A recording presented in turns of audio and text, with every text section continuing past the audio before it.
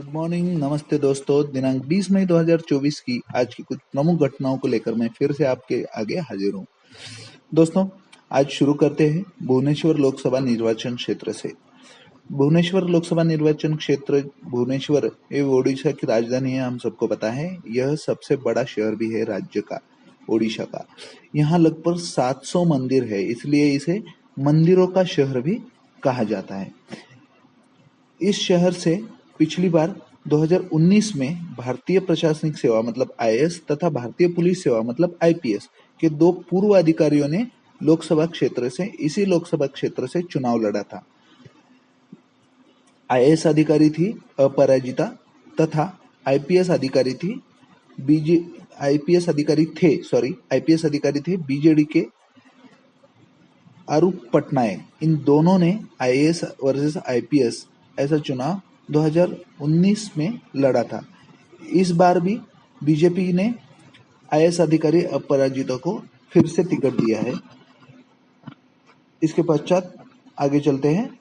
मौजूदा लोकसभा चुनाव में चुनाव आयोग की ठोस कार्रवाई की वजह से विभिन्न एजेंसियों ने करीब 8,0889 करोड़ रुपए जब्त किए हैं। दोस्तों, चुनाव आयोग ने एक बयान में कहा है कि ड्रग्स और साइकोट्रोपिक पदार्थों से जुड़े बड़े जब्ती अभियानों में भी वृद्धि हुई है। उसके पश्चात आगे देखेंगे। चुनाव आयोग ने आदर्श आचार संहिता का उल्लंघन के लिए पश्चिम बंगाल के भाजपा अध्यक्ष सुकांत मुजुमदार को शोकॉज नोटिस जारी किया है। यहाँ पर आरोप है कि बीजेपी ने मतदाताओं को मन को अनुचित रूप से प्रभावित करने के लिए इस महीने की 5 तारीख के आनंद बाजार और प्रतिदिन अखबारों में झूठा, असत्यापित और भ्रामक विज्ञापन प्रकाशित किया है। उसके पश्चात आगे देखते हैं। यह मुद्दा परीक्षाओं की दृष्टि से बहुत महत्वपूर्ण है। दोस्तों, अर्जुन राम मेघवाल जो केंद्रीय कानून और न्याय मंत्रालय के राज्य मंत्री हैं, उन्होंने आईआईटी गुवाहाटी में एक कार्यक्रम में महत्वपूर्ण जानकारी कही है। उस कार्यक्रम का नाम था आपराधिक न्याय प्रणाली के प्रशासन में भारत का प्रगतिशील पथ। उन्होंने कहा है कि आपराधिक न्याय प्रणाली में परिवर्तन की देश में आवश्यकता है। इस परिवर्तन को 2005 में शुरू किया गया था, मगर उस परिवर्तन में औपनिवेशिक शासकों का रवैया तथा भारतीय भावना और लोकाचार की कमी थी।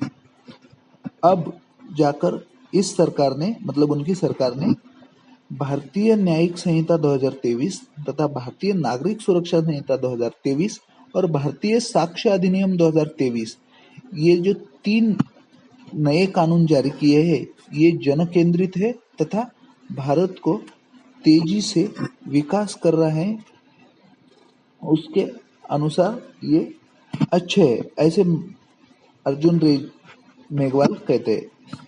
और उन्होंने आगे कहा कि ये जो नए कानून हैं, ये आपराधिक कानून इस साल के 1 जुलाई से लागू होंगे। आगे बढ़ेंगे। लिडिया लोबो सरदेसाई की जो कहानी थी, उस कहानी को 25 मई को 100 साल पूरे हो जाएंगे। यह कहानी गोवा मुक्ति संघर्ष की भूमिगत आवाज के रूप में स्मरण की जाने वाली है। इस कहानी को स्मरण करने के लिए गोवा में उनके घर की सड़क के पार बड़े भित्ति चित्र से उसे याद किया जाएगा। प्रसिद्ध सरकारी वकील उज्ज्वल निकम मुंबई उत्तर मध्य निर्वाचन क्षेत्र से चुनाव लड़ रहे हैं। उनके खिलाफ है धारावी से 4 बार विधायक रही वर्षा गायकवाड़ के खिलाफ वह चुनाव लड़ रहे हैं। सुल्तानपुर नामक निर्वाचन क्षेत्र की जो सीट है, वो आजादी के बाद सबसे ज्यादा बार कांग्रेस ने जीत हासिल की है। इस सीट से सिर्फ देवेंद्र बहादुर, बीजेपी के देवेंद्र बहादुर के अलावा कोई दूसरा चेहरा इस सीट से दूसरी बार सांसद बनने में अब तक कामयाब नहीं हुआ है। यह महत्वपूर्ण बात है। दोस्तों, आगे का जो मुद्दा है बहुत ही महत्वपूर्ण है, आप इसे नोट कर लीजिए या कहीं पर लिख लीजिए। राष्ट्रीय पिछड़ा वर्ग आयोग की एक रिपोर्ट जारी हुई है। उस रिपोर्ट के अनुसार कुछ मुद्दे सामने आए हैं, वह मुद्दे हम देखते हैं। सबसे पहला पॉइंट है अनुसूचित जाति वर्ग का छात्र नामांकन 2014-15 में जो 46 लाख था वह 44% बढ़कर 2021-22 में अब 66 लाख इतना हो चुका है। आगे का मुद्दा है, आगे का पॉइंट है अल्पसंख्यक महिला छात्रों के नामांकन में भी 42% से अधिक वृद्धि हुई है। जो 2014-15 में 10 लाख थे, अब वह बढ़कर 2021-22 में 15 लाख हो चुके हैं। अगला मुद्दा है इसी रिपोर्ट का, अगला पॉइंट है महिला एससी नामांकन में भी 51% की वृद्धि हुई है, जबकि एसटी छात्र नामांकन में 652% की वृद्धि हुई है। इसी रिपोर्ट के मुताबिक शैक्षणिक वर्ष 2021-22 में केंद्रीय विद्यालयों में जो ओबीसी छात्रों के लिए 27% आरक्षण लागू किया गया, इस आरक्षण के परिणाम स्वरूप 34,000 से अधिक ओबीसी बच्चों को प्रवेश मिला है। इसी रिपोर्ट में आगे कहा गया है कि राष्ट्रीय महत्व संस्थान में ओबीसी नामांकन में 71% की वृद्धि हुई है। महिला ओबीसी नामांकन भी दुगना हो चुका है। यह आंकड़े बताते हैं कि जो पिछड़े वर्ग है, मागास वर्ग के जो छात्र है, उनके नामांकन में वृद्धि हुई है। उसके बाद जाते हैं खेल जगत की ओर। शारजाह में भारतीय ग्रैंड मास्टर अरविंद चिदम्बरम ने शारजाह मास्टर्स टूर्नामेंट में के 5वें दौर में स्थानीय स्टार AR सालेह सलेम को हराकर 4.4 अंकों के साथ बढ़त हासिल की है। भारतीय ग्रैंड मास्टर अभी बढ़त पर है, पहले नंबर पे है, किसमें? शारजाह मास्टर्स शतरंज टूर्नामेंट में। उसके बाद आगे देखते हैं। दोस्तों, हमें पता है थाईलैंड में थाईलैंड ओपन बैडमिंटन टूर्नामेंट चालू है। इस टूर्नामेंट में भारत के पुरुष युगल जोड़ी ने खिताब जीता है। भारत के सात्विक साईराज रंकीरेड्डी तथा चिराग शेट्टी ने पुरुष युगल का खिताब थाईलैंड ओपन बैडमिंटन में जीता है।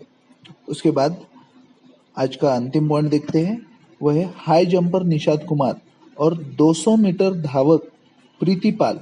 इन दोनों ने जापान के कोबे में विश्व पैरा एथलेटिक्स चैंपियनशिप में भारतीय टीम के लिए 2 पदक जीते हैं। अनुक्रमे रजत पदक जीता है निषाद कुमार ने तथा कांस्य पदक जीता है प्रीति पॉल ने। दोस्तों, हमें पता है कि जो निषाद कुमार है वह टोक्यो पैरालंपिक के हाई जंपर है। टोक्यो पैरालंपिक में भी उन्होंने पदक जीता था।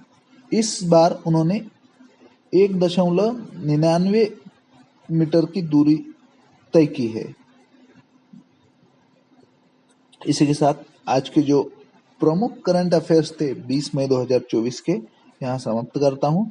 दोस्तों, आपको अगर इस वीडियो की PDF चाहिए तो आपको इसी वीडियो के डिस्क्रिप्शन में लिंक दिए है, वहां से आप डाउनलोड कर सकते हैं। फ्री ऑफ कॉस्ट है।